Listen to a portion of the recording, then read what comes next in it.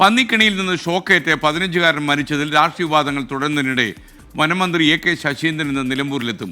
മണ്ഡലത്തിലെ മന്ത്രിയുടെ ഓഫീസിലേക്ക് ഇന്ന് യൂത്ത് കോൺഗ്രസിന്റെ മാർച്ചുണ്ട്. ദീപക് തർമ്മടം ചേരുന്നു തത്സമയം.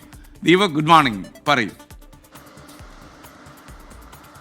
Very good morning S K. ഏറെ രാഷ്ട്രീയ പ്രാധാന്യമുണ്ട് വനം മന്ത്രി AK ശശീന്ദ്രൻ ഇന്ന് നിലമ്പൂരിലെത്തുന്നതിന്. ക്ഷമിക്കണം. കാരണം വനമേഖലയുമായി ചുറ്റപ്പെട്ട് കിടക്കുന്ന ഒരു മണ്ഡലം, ആ മണ്ഡലത്തിൽ വനം വകുപ്പിനെതിരെ പ്രതിഷേധം, അതിനിടയിൽ പന്നിക്കടിയിൽ ഒരു കുട്ടി മരിക്കുന്നു.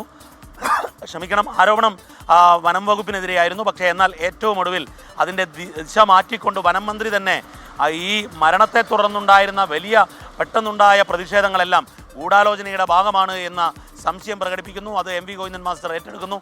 പിന്നീട് അങ്ങോട്ട് യൂത്ത് കോൺഗ്രസ് ഉൾപ്പെടെയുള്ള സംഘടനകളുടെ വലിയ പ്രതിഷേധമാണ് നമ്മൾ ഇന്നലെ കോഴിക്കോട് കണ്ടത്.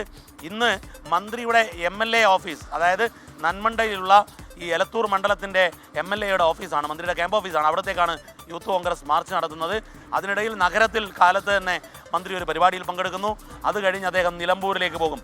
നിലമ്പൂരിൽ വിവിധ പഞ്ചായത്തുകളിൽ വനമേഖലയുള്ള പ്രദേശങ്ങളിൽ മന്ത്രി പ്രസംഗിക്കാൻ പോകുന്നു എന്നുള്ളതാണ് ഏറ്റവും പ്രധാനപ്പെട്ട കാര്യം.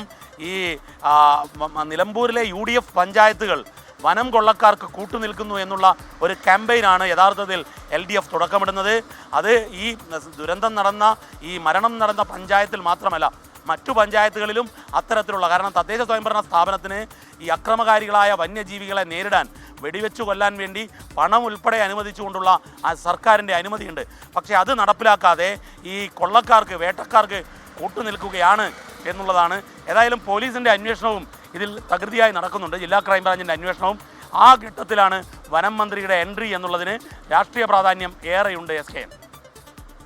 Thank you. ദീപക് തർമ്മടമാണ് വിവരങ്ങൾ നൽകിയത്.